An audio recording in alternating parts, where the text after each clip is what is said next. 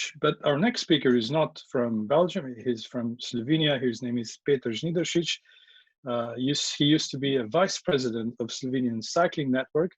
I already represented him as a cyclist when we started the webinar, but who in Slovenia is not a cyclist? Just yesterday, we had 2 stage wins, and isn't that something? Nowadays, Peter works at Nomago, and Nomago is the largest mobility and travel provider in Slovenia with branches in Croatia and Italy. And Peter is a micromobility manager. So Peter, if you're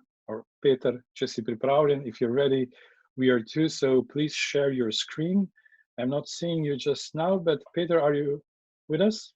Hey, yeah. Živijo, Peter, izvoli. Se slišimo. Predstavitev je tvoja. Se slišimo, izvoli, lahko začneš deliti zaslon z nami. Please share your screen, and when everything looks okay on my monitor, I will turn myself off. Yep, started sharing, and this is it. Maybe just change the view, yeah, so we don't see your notes if there are any. No. Or change the screen. Yeah. Yeah, that's it. Peter, hvala. Go ahead. Okay, thank you for having me, and hopefully we clear some of the unanswered questions so far, or maybe I present to you something that you haven't heard so far. So from micromobility from an operator's perspective is quite fun, quite challenging, and sometimes, you know, especially in Slovenia, we have to look out to other countries, to other examples, and take what's working and try to implement it here in our space, and with all present partners and all stakeholders in the country, in the city, and even between the region or in the region. So I will start very briefly about Nomago. Nomago is a travel and mobility company. We also have, we are operating in Slovenia and also in Croatia and Italy.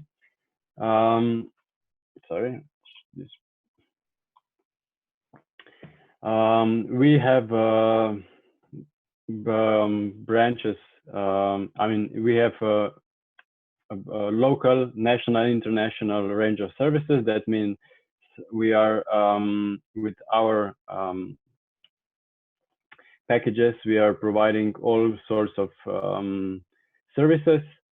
We also had registered lines in 7 European countries, which are on hold due to COVID-19 right now. So these lines are frozen, as many others international bus providers as well. And here we have also focus on experience and services, not only on bus transport, as well as micromobility and in travel services.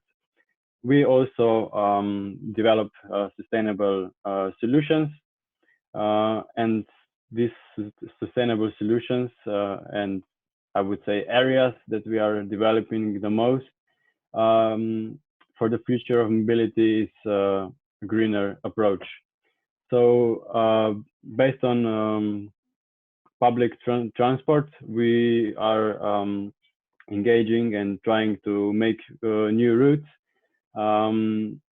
not only nationally but internationally. And here is the focus is user experience and high customer value. We are also in cooperation with integrated public transportation project, IEPP, here in Slovenia, that connects from the ministry, that connects all of the public transport providers. And we are as well as one of the establishers of quick lines of bus lines that connect major cities in Slovenia, And this, based on this, we try to reduce the commuting with the car to a lesser level.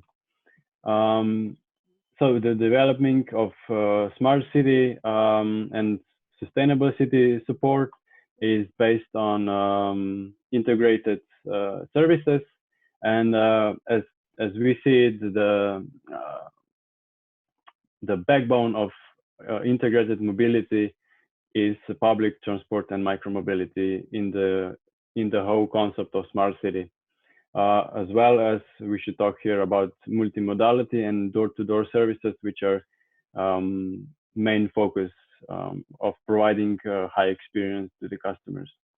And as well, this goes with the previous two areas. It's sustainability. This means we are operating with high quality public transportation vehicles. We are purchasing new and vehicles with new Euro 6 machines, and we are also optimizing kilometers with our new management system for our fleet. Last but not least, we are also a supporter of Green Slovenian scheme for tourism, which we are proudly cooperating with. And about new mobility culture that we are trying to set in Slovenia. As I mentioned, we are all services based on door-to-door mobility, which means not just people, but the goods as well. Our focus is mainly on greener and better mobility partnerships, which means we are connecting to important business partners, and on local, regional, and national, as well as international level, not only for transport, but as well for the cities, for the regions, or even tourist destinations. One of the main focus in micromobility was safety and activity. So we are trying to create a safe and available space, not only for pedestrians, but for cyclists and scooters, with implementing our systems. When talking about micromobility, I can't go without talking about mobility as a service. So here is our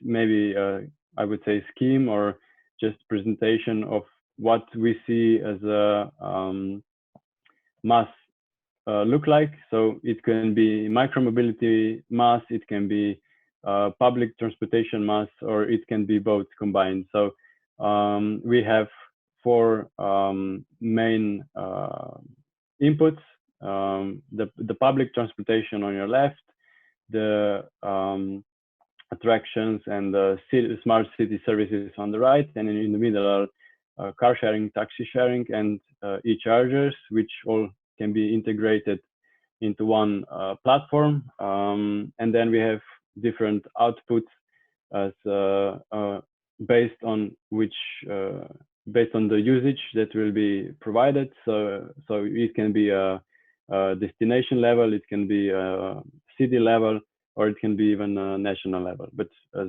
we talked in some previous meetings, this kind of mass platform should be integrated or available on national level, which is very different story for now, but will be a part of this for sure. So if we look of the micromobility that we provide already, so one of the main components of bike sharing today, maybe you can answer or connect the words with the pictures here. So one of the most important is multi-platform access. This means that for users, the registration and access to the scheme, to the bikes should be very easy and quick. Nobody is willing to wait, 1 day or 3 days or even 1 month, even 1 week to register from something and start using it. When the people see a bike sharing scheme on the streets, they want the bike immediately. So the registration process and as well payment is the crucial thing here. The payment is available via a mobile app, a web page, and info point, as well as terminals. But for terminals, we see a large drop of the usage and the registration via terminals, which proves our point that we should be focusing on, the mobile part of the scheme or technology here. This means that the rental process is very friendly. You just open an app on your smartphone, scan the bike, and in a couple of seconds, the bike is yours to use for the period of time that you want. Return as well, most important component. The return at the station should be flexible. That means if all the docks are full at the end station for user, the user should have an option to leave the bike at the station. We implemented this at first with the locks, with the normal locks, and then with the new bikes as I represent them, we implemented this with the smart lockers.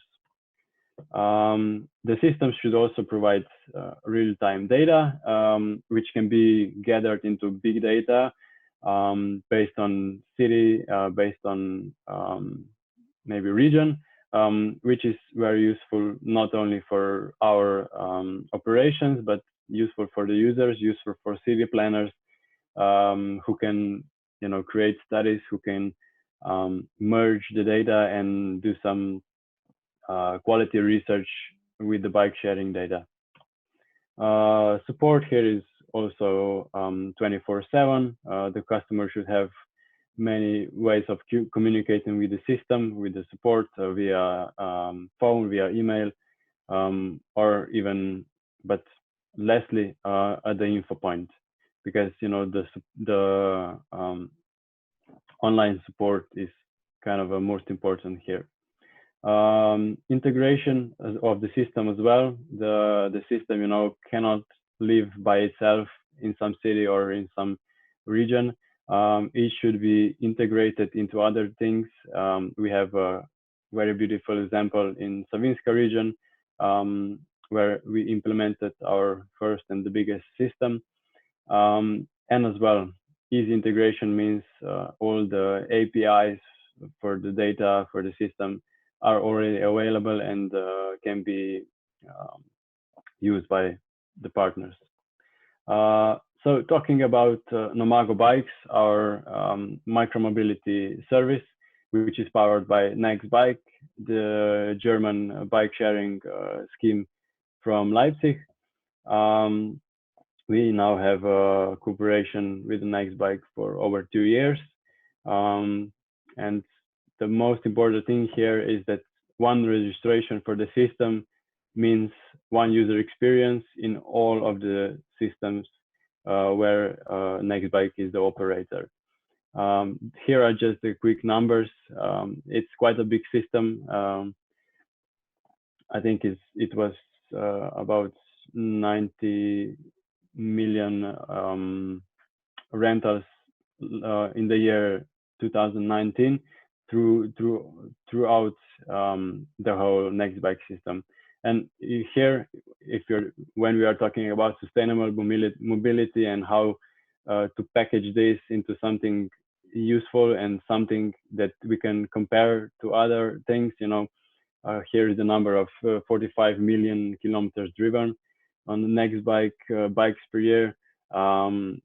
It can also be calculated into the calories as well, which our mobile app does this for the user. So each user can then gather this little gamification option at the mobile app to see how many CO2 and kilometers and calories have he saved and made. If you have any questions so far, please please ask it. If I'm going too quickly, or if you want to see something more detailed, don't be afraid to ask. So regarding our regional bike sharing, we have set up kolesih bike sharing in the 8 municipalities in Savinjska region, which means as well 1 registration, 1 price list, and as well the same user experience. And we have seen in these past 2 years that the people from the outskirts of the city and people from the smaller cities are commuting with bike sharing scheme daily. This means from 5 to 6 in the morning, people get on the bike, in the bike sharing bike, and they cycle a little less than 30 minutes into the city of Celje.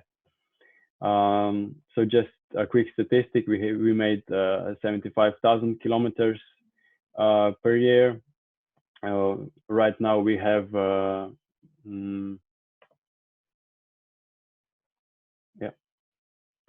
right now we have 49 stations, around 300 bikes, 295, and there are 50% of electric and 50% of classic bikes, which means that it puts us on the first place of electric bike sharing schemes in Slovenia. And as well, I can say here that the electric bikes are usually used more than classic bikes, because everybody wants electric bike to get to their destination more comfortably. So based on the city of Celje, the average rental is about 15 minutes, and the user makes about 1.5 kilometers on average per rental, meaning that the price list is €1 for every 30 minutes of electric bike, and 50 cents for normal bike per 30 minutes. And there are also 2 annual memberships. For the normal bikes, €10, and for the electric bikes, €20, meaning electric and normal bikes is €20 per year. That means that the user can cycle up to 30 minutes with 1 rental. Then he can leave the bike and use another one right away, and again he has the 30 minutes free of charge with the annual membership. Okay, so if you go into more detail about the bike sharing that is Nomago Bikes, it's complete and integrated micromobility offer. Here on the picture, you can see that there is no terminal at the station. This is one of a big step for our next bike, and we are proud to present this option, which we thought as well 90% of the users are using the bikes via mobile app or via smart card, meaning that the terminals are just sitting there. The cities or the investors have invested into this, but now with newer options, we can downgrade or lesser the cost for the implementing the station with this option, which is based on software, not on hardware. We also provide a multi-language system, which means when you buy the system or when you use the bikes, there is no extra work. All the languages, there are 10 plus languages already available in the next bike system, which makes this very easy to international and tourists users. The system also is smart and hybrid, which means that the bikes have GPS locating, geofencing with the smart virtual zones. And I will talk just quickly about what does this mean. So the smart bike, it's equipped with the smart locker. You can see it's under the seat post.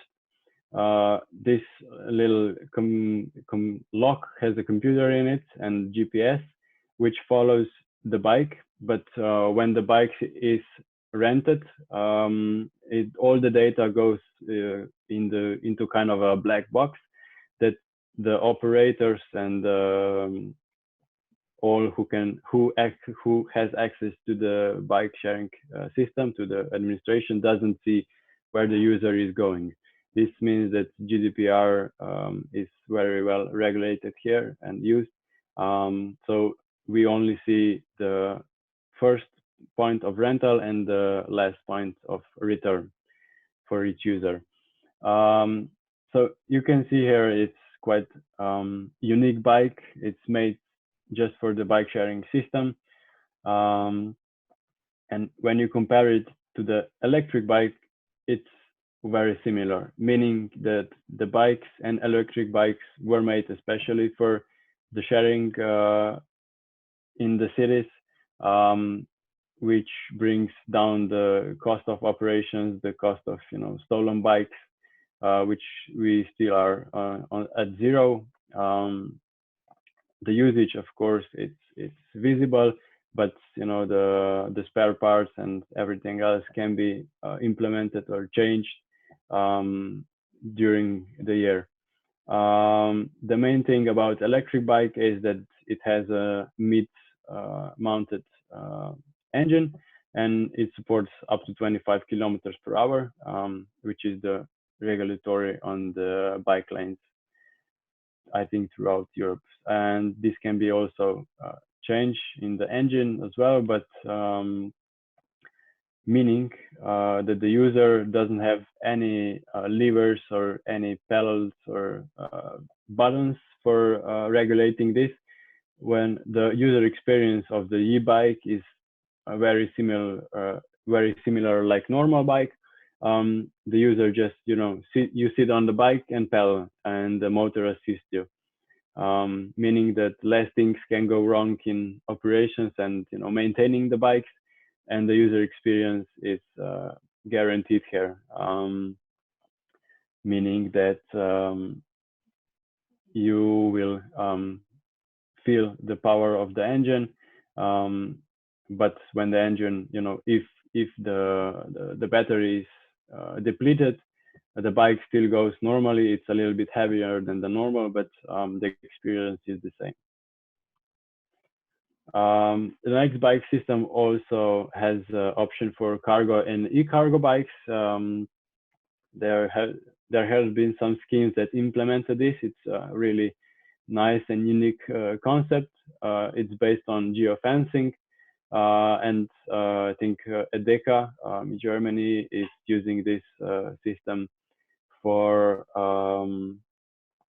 traveling from and to the shops, from the local city blocks, when the people can use the bikes to, I don't know, in the morning deliver the kids to the school, and in the afternoon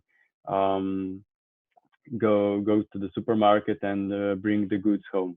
As you see here on the right side, there's a little circle around, so the bikes can be driven into this circle and leave wherever you want. This is kind of a dockless system, but I've seen even cargo bikes docked into the electric or normal docks of the scheme. That means that you can even regulate cargo bikes usage based on the docks. But for this little scheme, I think it's brilliant that the people around the shops can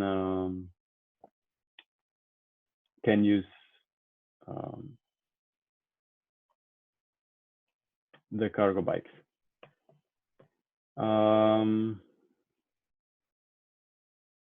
So I think these cargo schemes are oh, sorry, I think I've missed one question before. I will answer this, Luca. So I think the cargo scheme bike could work in an area like BTC City, the big shopping centers, and as well as in the city centers. Based on average duration, 15 minutes, I think the cities, even small as Ljubljana on the European level, this could work with a couple of partners joining together and filling out the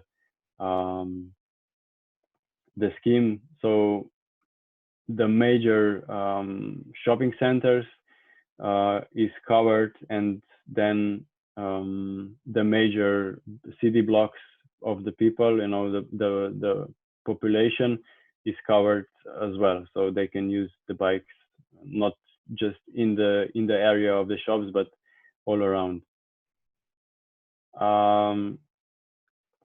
So yeah, from Blanca.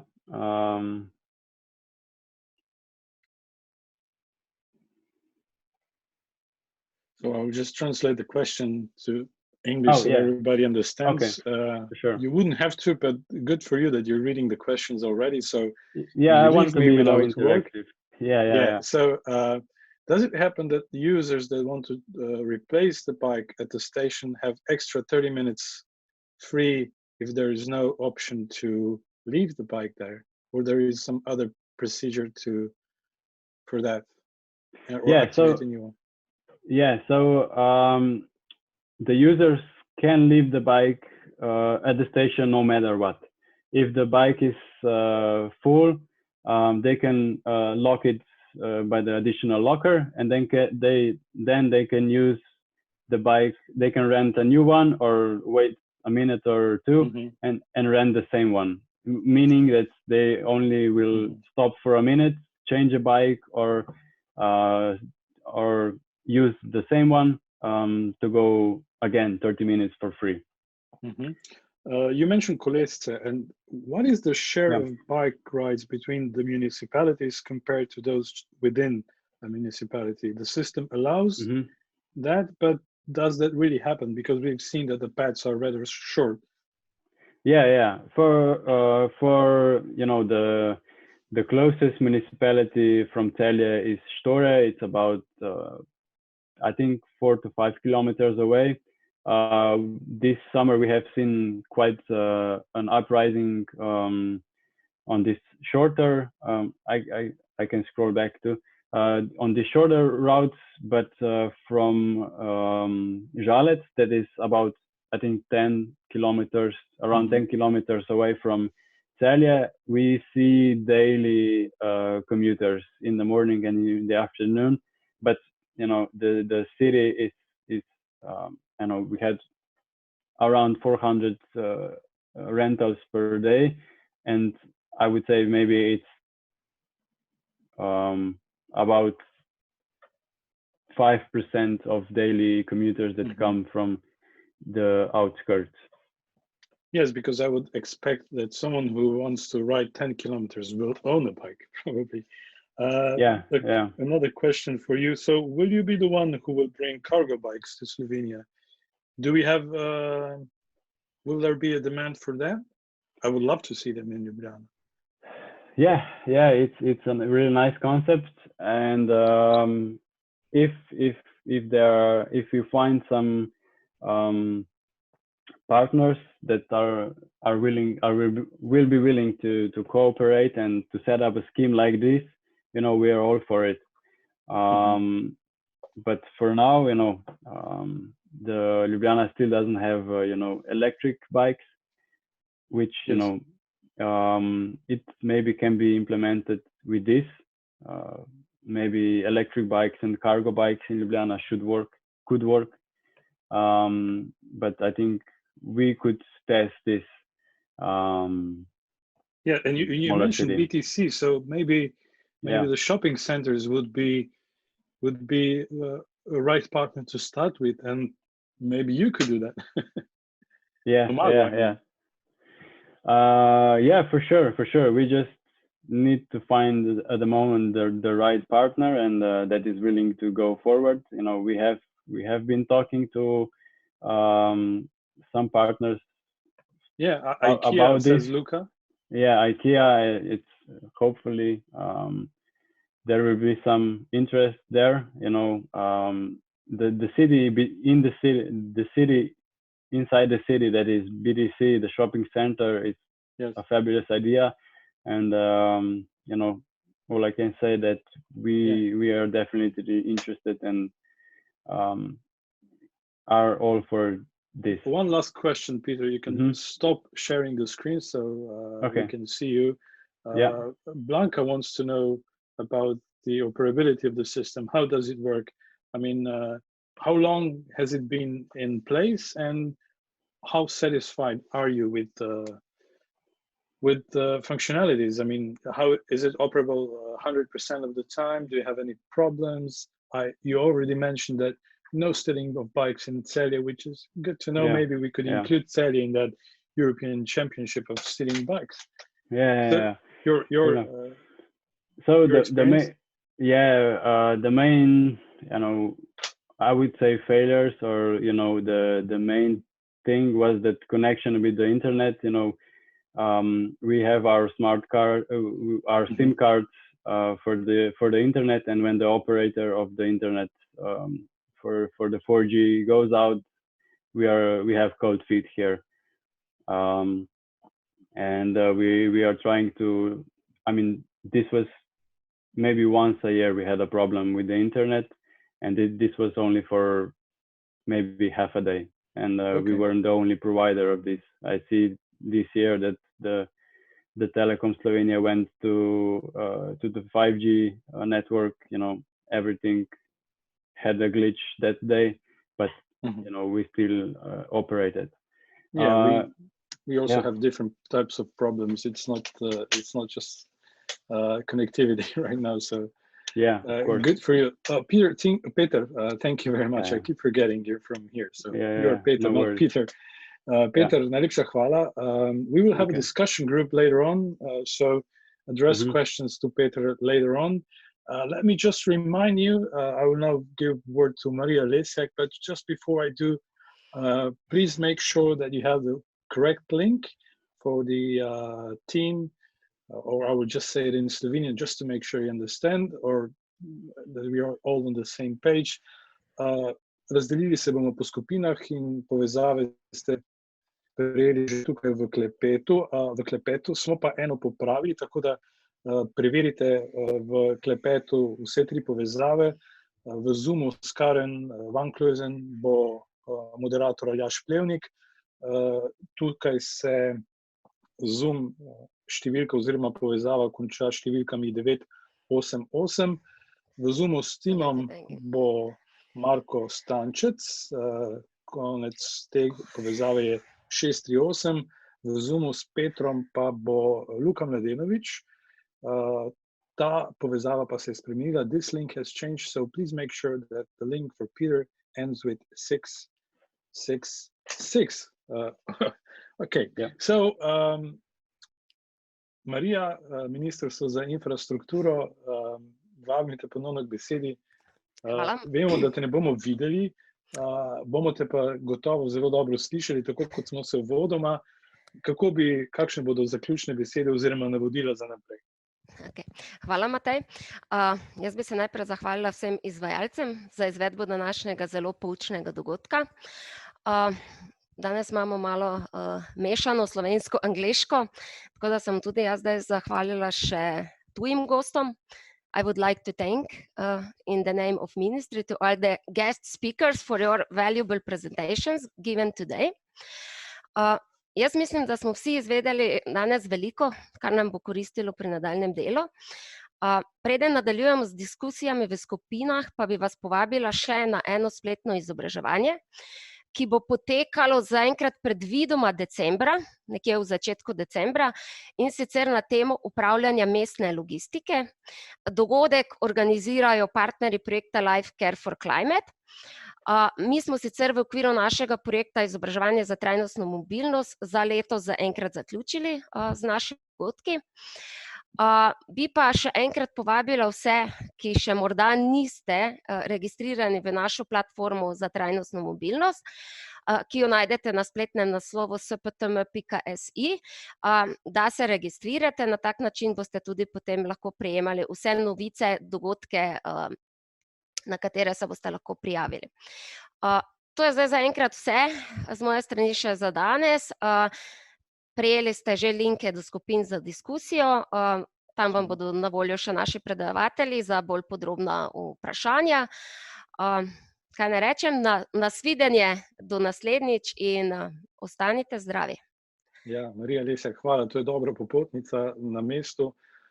Postavljajte vprašanja naprej, dobili ste jasna navodila, želimo, da se diskusija nadaljuje in za razliko od predavanj, ki ste jih slišali zdaj, boste imeli še nekoliko več časa in predavatelji bodo še nekoliko bolj dostopni. Še preden pa se sam poslovim, ne pozabiti tudi na anketni vprašalnik, bodite prijazni in ga izpolnite, ker le na podlagi vašega odziva bodo lahko predavanja v prihodnje na kar se da visokem nivoju.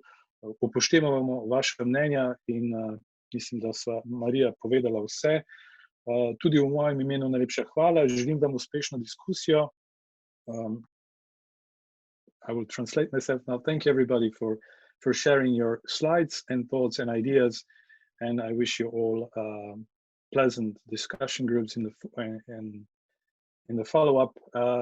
Also to our colleagues from Civic jugovzhodne Evrope, hvala na pozornosti. Ostanite z nami in ostanite zdravi. Pravzaprav je to v vseh mednarodnih jezikih, mislim, povsem dobro razumljeno. Torej, najlepša hvala. Bodite pozorni na povezave v klepetu. Torej, preden zapustite ta webinar, se prepričate, da imate pravilno povezavo do naslednjega. Tako da tega sestanka takoj še ne bomo prekinili. Torej, v klepetu so povezave na vse 3 diskusijske skupine. Hvala vsem še enkrat, bili ste odličen webinar.